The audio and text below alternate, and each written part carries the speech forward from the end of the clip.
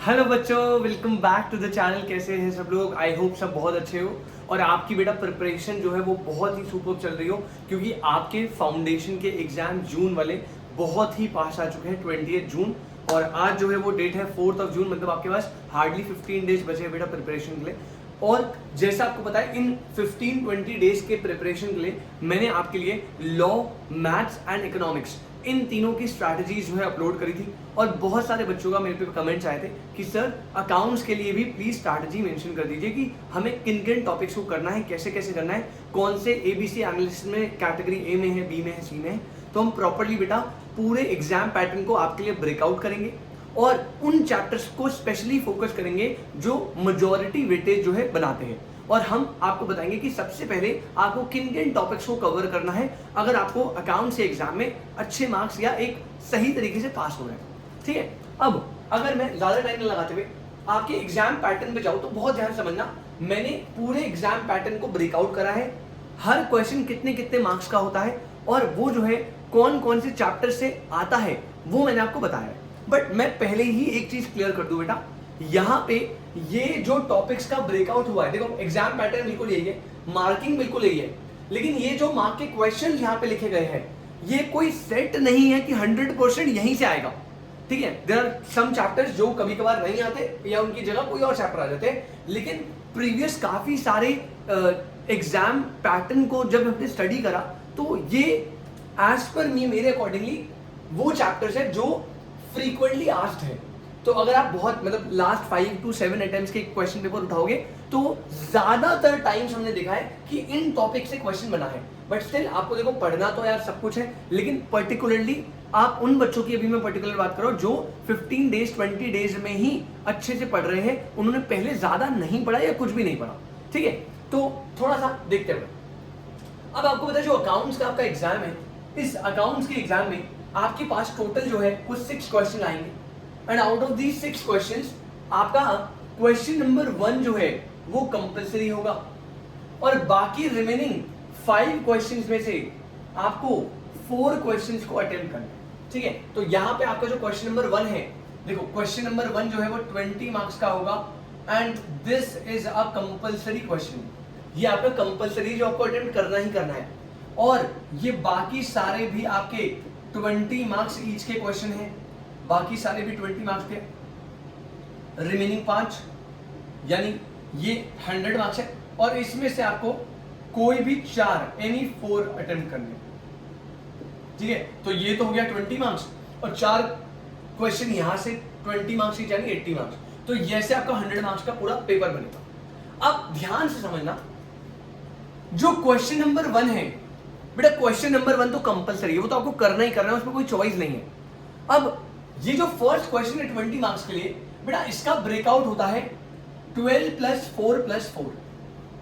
Initially जो 12 marks का ये जो क्वेश्चन है 12 मार्क्स का कंपलसरी बेटा, इसमें आप देखना यहां पे आपको आते हैं ट्रू एंड फॉल्स। ये जो है आपको ट्रू एंड फॉल्स के लिए आएंगे और इसमें ना आपके पास टोटल 7 पार्ट्स होंगे, 2 marks each. True and false में कंपैरेटिवली ये बहुत इजी होता है। ठीक है, पूरे चैप्टर से थ्रू आउट द कोर्स पूरे कहीं से भी एमसीक्यू ट्रू एंड फॉल्स पूछता है, इजी होता है। और ये जो है यहाँ पे आपको 7 ट्रू एंड फॉल्स दिए और एक ट्रू एंड फॉल्स का जो मार्क्स है वो 2 मार्क्स होगा ईच, यानी 7 to the 14। और आउट ऑफ 7 आपको 6 करने हैं, तो 6 × 2 जो है ये 12 मार्क्स का बन जाता है। 6 × 2 जो है ये 12 मार्क्स का बन जाता है। बट मैं आपको पहले ही क्लियर कर दूं, सिर्फ ट्रू और फॉल्स बताने का कोई मार्क्स नहीं है, आपको विद वैलिड रीजन भी देना पड़ेगा। अगर आप सिर्फ ट्रू और फॉल्स लिखोगे, आपको लग रहा है 2 में से 1 नंबर मिल जाएंगे, दिस इज नॉट ट्रू। आपको ट्रू एंड फॉल्स के साथ वैलिड रीजन भी देना पड़ेगा, जस्टिफाई करते हुए कि क्यों ट्रू है या क्यों फॉल्स है। तो यहाँ पे ट्रू एंड फॉल्स बन गया। 6 क्वेश्चन 7 दिए होंगे, एक आपकी इंटरनल चॉइस होगी, तो आपको 7 में से 6 करने, 2 मार्क्स इज 12 मार्क्स। और बाकी 4 + 4 के ये कंप्लीट बेटा थ्योरी बेस्ड रहने वाला है, ये कंप्लीट थ्योरी बेस्ड रहने वाला है। ठीक है, और ये जो 4 और 4 के थ्योरी बेस्ड है, ये चैप्टर नंबर 1 चैप्टर नंबर 2, ये 2 तो चैप्टर आपके थ्योरी के ही है और किसी भी अदर चैप्टर की थ्योरी से भी आ सकता है। ठीक है, तो 12 मार्क्स का आपका ट्रू एंड फॉल्स हो गया, 7 पॉइंट्स होंगे, आपको 6 सॉल्व करने हैं, 2 मार्क्स ईच। 4 + 4 के 2 थ्योरी क्वेश्चन आएंगे जो कि चैप्टर 1 चैप्टर 2 में से ज्यादातर होते हैं और कभी कभार किसी और पर्टिकुलर टॉपिक का, डेप्रिसिएशन का या इन्वेंट्री का कोई और थ्योरी क्वेश्चन भी आ सकता है, बट मेजॉरिटी चैप्टर 1 और 2 से आता है। तो ये आपका 20 मार्क्स का क्वेश्चन नंबर 1 कंपलसरी हो गया। फिर आगे जब आप जाओगे बेटा तो आपका सेकंड क्वेश्चन जो होता है उसका पैटर्न होता है 10+10। बहुत रेयर ही होगा कि 20 मार्क्स का एक पूरा एक क्वेश्चन 20 में दे दिया, बहुत एक आधी बार अटेम्प्ट में आया है। जनरली 10+10 का होता है। और ये जो है बेटा आपका एक तो हो गया BRS, बैंक रिकंसिलिएशन स्टेटमेंट, और एक आपका हो गया इन्वेंट्री। इन दो टॉपिक से सेकंड क्वेश्चन के दोनों पार्ट बनते हैं 10+10। फिर क्वेश्चन नंबर 3 में 3 पार्ट होते हैं, A, B एंड C। 10+5+5 जो कि depreciation and bills of exchange से होते हैं।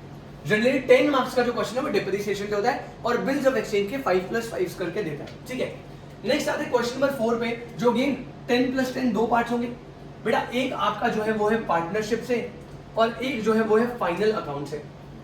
Next question, question number 5 is 10+10 और समटाइम्स ये 15+5 भी हो जाता है, जहां पे NPO again is very important and दूसरा हो गया आपका सिंगल एंट्री सिस्टम। अभी मैं चैप्टर वाइज एबीसी एनालिसिस बना के दिखाऊंगा, टेंशन मत लेना। और लास्ट बेटा chapter number question number 6 which is 10+5+5 और ये पूरा 20 मार्क्स, ये पूरा 20 मार्क्स बेटा कंपनी अकाउंट से आता है। अब कैसे आएगा?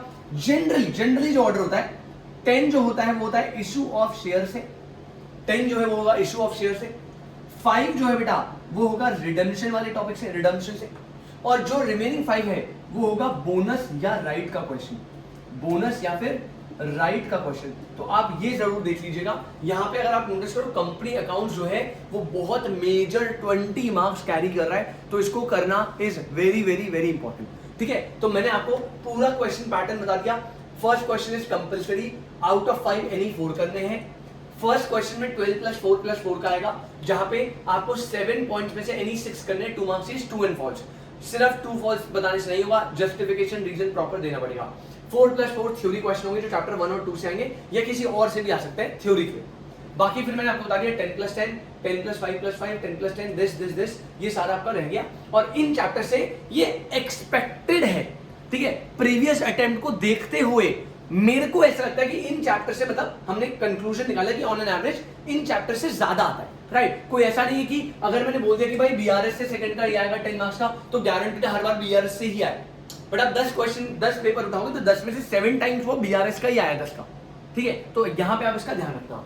अब सर उन बच्चों के लिए जो बेटा अभी इन 17-16 डेज में पढ़ाई स्टार्ट करने वाले हैं, मैं पर्टिकुलरली उन बच्चों की बात कर रहा हूं। अगर कोई बच्चा ऐसा है जिसने पूरे महीने पढ़ा है, अकाउंट्स पूरी प्रिपेयर करी है, सारे मॉड्यूल इलस्ट्रेशन सब कुछ कर लिया है, बेटा आपको सारे चैप्टर्स करने हैं, एवरीथिंग चैप्टर 1 से लेके पूरे 10-11 चैप्टर जितने भी है।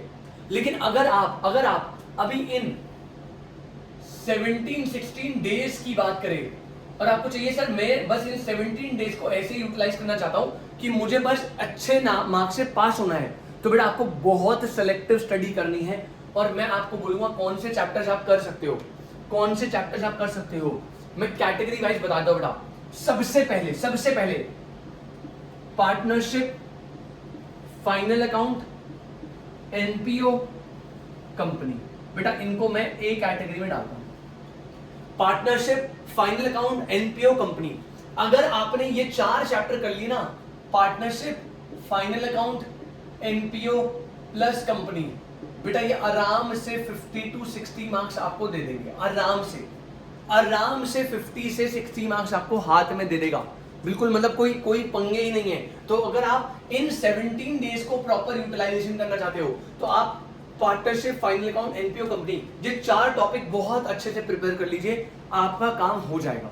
ठीक है, कैटेगरी बी की अगर मैं बात करूं तो बेटा आप ना बीआरएस और बिल्स ऑफ एक्सचेंज ये दोनों टॉपिक भी करोगे तो ये बहुत बढ़िया। क्यों? क्योंकि टेक्निकली का अब मुझे नहीं पता, कुछ बच्चों को हो सकता है कंफ्यूजिंग लगता हो, बट मुझे बीआरएस और बिल्स ऑफ एक्सचेंज बहुत टाइम से जब मैं फाउंडेशन प्रिपेयर कर रहा था बहुत सिंपल लगते थे।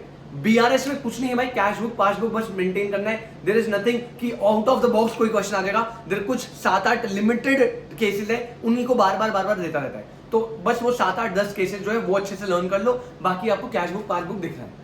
तो ये हो गया। और बिल्स ऑफ एक्सचेंज में सेलेक्टेड 5 केसेस है। 5 केसेस अगर ऑनर हो गया, अगर आपने एंडोर्स कर दिया, अगर आपने डिस्काउंट करा के डिसऑनर हो गया, अगर आपने बिल सेंड फॉर कलेक्शन दिया हुआ है, तो 4-5 लिमिटेड केसेस है। उन्हीं केसेस को रोटेट कर करके पूछता है। तो ये जो 2 चैप्टर है ना, ये वाले कौन कौन से, एक आपका बीआरएस हो गया और आपका बिल्स ऑफ एक्सचेंज, इन्हें मैं डालूंगा कैटेगरी बी में, ठीक है। और उसके ऊपर बेटा जितना बच गया डेप, इन्वेंटरी, थ्योरी वोरी, वो कैटेगरी सी में है। आप कोशिश करना थ्योरी भी अगर आप कर लो थोड़ा टाइम इन्वेस्ट करके तो बेटर रहेगा। बट मैंने आपको बता दिया बेटा, ये 4 चैप्टर प्लीज पढ़कर जाइएगा, क्योंकि 60 मार्क्स आपका यही कंट्रीब्यूट करते हैं। Only 4 chapter, partnership, final account, NPO and company. 4 chapter मतलब 60 मार्क्स, विच इज बहुत पूरा मेजॉरिटी पार्ट आपका हो गया डन। उसके बाद बाकी जो है वो आपका बोनस है, theory, BRS, bills of exchange, ये पूरा बोनस है आपके लिए। और ऐसा भी नहीं है कि 12 में से पूरा का पूरा ऐसा होगा, ये 12 में से भी कई क्वेश्चन होंगे जो आपको इन टॉपिक्स में आते होंगे, तो आप कर सकते हो true and false, right. Comparatively simple होता है, ठीक है। तो आई होप आपको बेटा अच्छे से समझ आई चीजें। अब आप इन 17 डेज को प्लान आउट करिए कि आपकी क्या स्पीड है, उस स्पीड के अकॉर्डिंगली आप देखिए कि भाई इनिशियली 10 दिन में मुझे ये करना है, बाकी के जो 6-7 डेज है उनमें मैं थ्योरी और बीआरएस, बिल्स ऑफ एक्सचेंज कैसे करूंगा, वो person to person, student to student vary करेगा। वो आप अपने अकॉर्डिंगली प्लान करिए कि मैं पहले क्या करूंगा फिर क्या करूंगा। बट टॉपिक करने क्या है मैंने आपको प्रॉपर्ली बता दिए। आई होप आपको ये बहुत अच्छे से समझ आया हो। बेटा प्लीज इसको अच्छे से प्रिपेयर करिएगा। कोई भी दिक्कत परेशानी है तो प्लीज कमेंट सेक्शन में बताइएगा। Thank you so much. I hope आपका पेपर बहुत अच्छा जाए। All the best.